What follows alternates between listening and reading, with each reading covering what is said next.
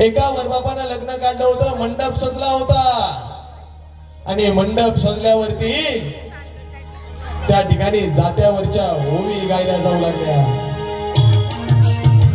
जात्यावरच्या ओवी चालू होत्या आणि तो वरबाप त्याच्या बायकोला काय म्हणतोय, अगं सावित्री ऐकलं का ग?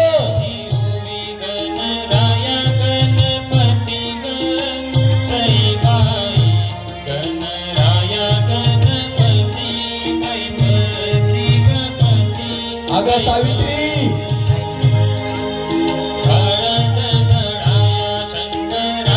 मी चाललोय आता शंकराची पार्वती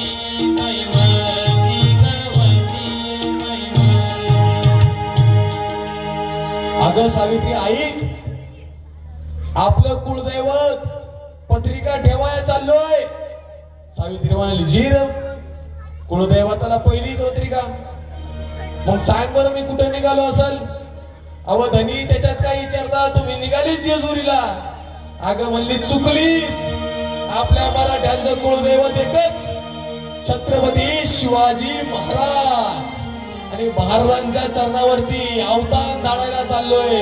पोराचं लगीन काढलंय, रायबाचं लगीन काढलंय आणि राज तुम्हाला यावं लागेल, आणि राज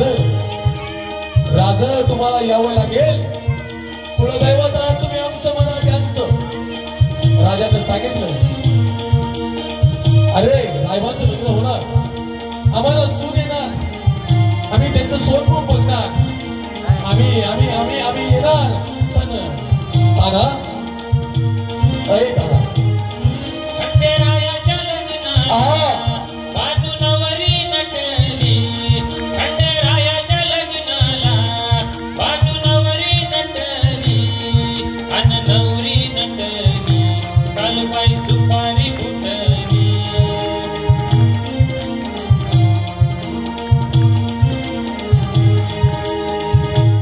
आम्ही लग्नाला येणार, परंतु आमच्या आईला तो कोंढाण्यावर असणारा चांद सितारा खुपतोय आणि आमच्यासाठी आमच्या आईचा शब्द प्रमाण।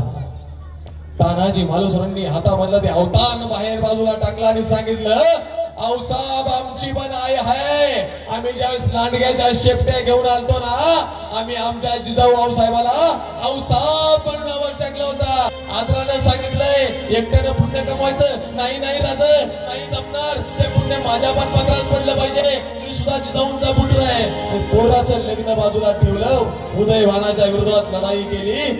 तानाजी तिथं धारातीर्थी पडला, गड आला पण सिंह गेला, आणि वाक्य कायम इतिहासात स्मरलं गेलं, आधी लगीन कोंढाण्याचं, मग माझ्या रायबाचं। आणि ही माणसं स्वराज्यात का होती? कारण तिथं स्वार्थ नव्हता, ओव्हर टाइमला पगार नव्हता, एकच होतं, आमच्या राजाने आम्हाला स्वाभिमानाची भाकर खायला दिली। आमच्या राजाने आमच्यासाठी शेवटच्या श्वासापर्यंत जगण्याचा निर्णय घेतला।